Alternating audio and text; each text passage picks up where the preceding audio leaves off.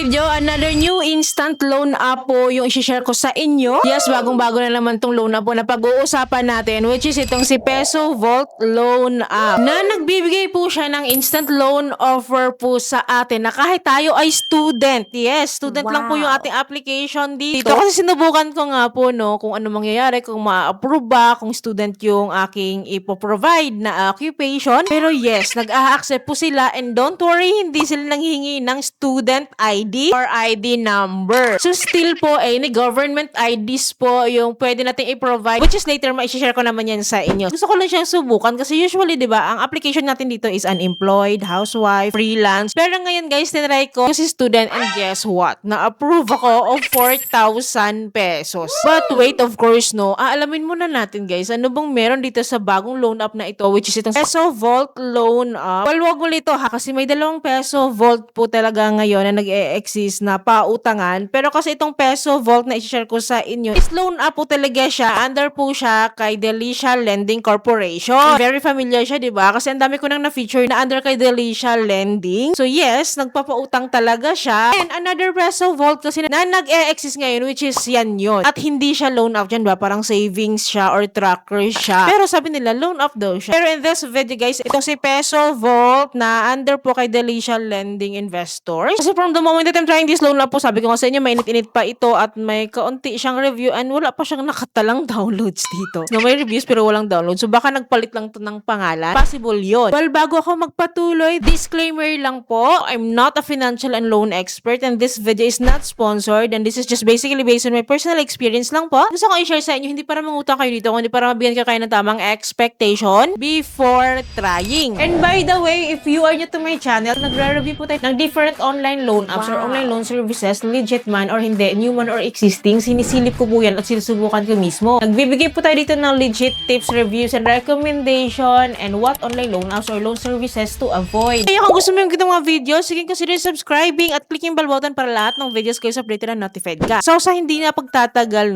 itong bagong loan app po na nagngangalang Peso Vault, tinignan ko po sa SSC website kung nandoon na po siya under sa list of recorded online lending platform. Pero hindi ko siya makita dun guys. Well anyways, dahil bago, so let's see. Kahit naman po nasa SEC website marami ring ligwak dyan. What more itong bago pa, pero syempre huwag natin i-judge. Try natin. Subukan natin kasi available siya sa public. Anyways po, in-install ko siya. Walang bumungad po sa akin dito. Nagpapautang daw po pala sila ng up to 50,000 pesos. But ito doesn't guaranteed na ito talaga ibibigay nila sa atin kapag na-approve tayo. Subject for evaluation po tayong lahat. And usually kapag new borrower, sisimula tayo sa mababang amount para may idea kayo. Pero at least na-approve or nabibigyan talaga ng instant loan offer kahit ikaw pa ay unemployed or student man or housewife. Well, click itong apply now. And dito po, we need to enter our mobile phone number and then after po nyan, click natin yung get the verification code para masandan tayo. And after po nyan is the privacy policy and terms and conditions. So, ginawa ko siya or inoki ko siya para dire-diretso yung ating application. So, after po nito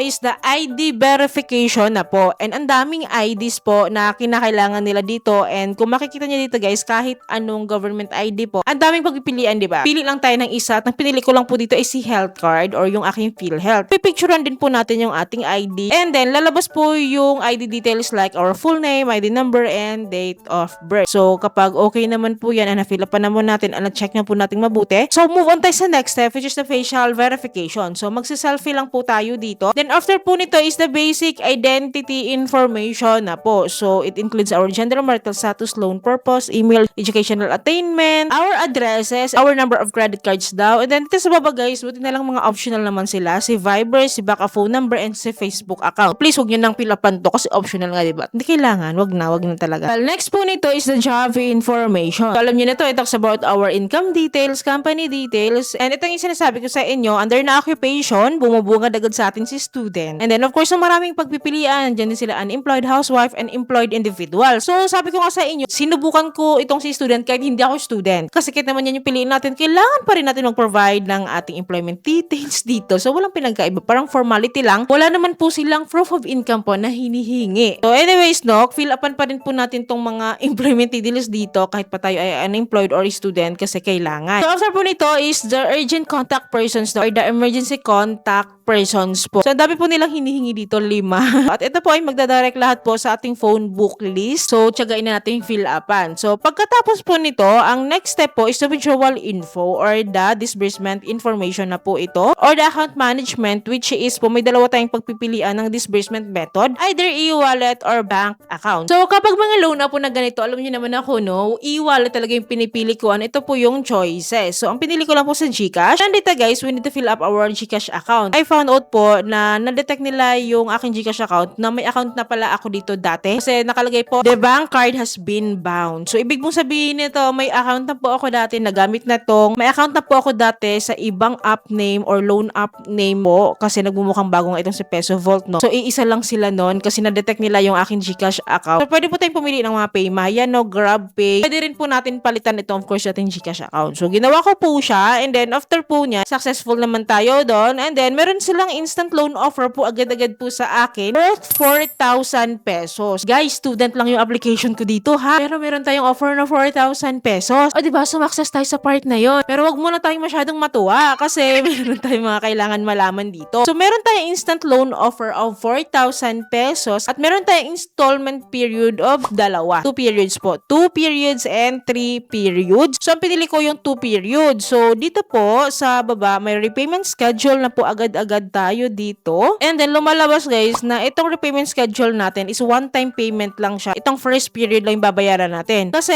itong 5 pesos, the second period ha, ma-waive daw po siya kapag on time daw po tayo magbayad. Well, mag-focus tayo dito sa first repayment natin or the one-time repayment natin na from the moment that I'm trying this loan app po is 7 days to pay lang siya. Yes, ganun siya ka-exe.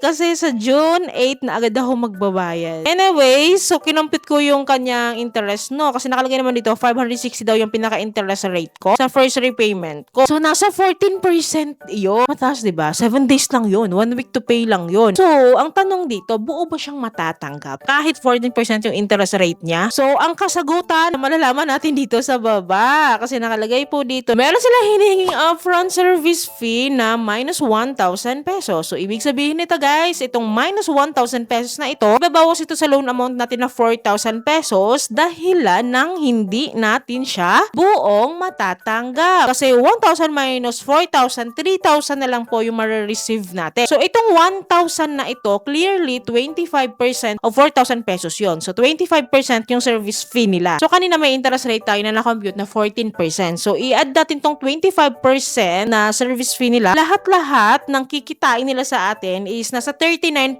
for 7 days to pay or for 1 week to pay. Kakaloka, lalaban ka ba sa ganito? Gusto mo pa din bang mangutang? Knowing na 7 days to pay lang siya, mataas ang interest rate, hindi buong matatanggap. Kung ako yung tatanungin nyo, hindi ko siya marerecommend. Pero wala akong magagawa kung gusto nyo pa rin siyang itry. And please, pag-isipan yung mabuti kasi hindi biro, hindi talaga biro. So anyways, no, sino na nakapag-try kay Peso Vault Loan App? Quick comment down below naman po yung experiences nyo para aware din po yung iba nating viewers. Don't worry guys, lagi naman po ako mag-update sa inyo. I-update ko naman kayo time to time kapag may changes or improvement siya. So yun lamang po. I hope po man natutunan kayo sa video. I hope po nakatulong tong video sa inyo. Kung gusto niyo po yung video, please don't forget to like, share, and subscribe. At i-click yung bell button para lahat ng videos kayo sabay na notified po kayo. Thank you for watching this video. See you in my next video. Bye!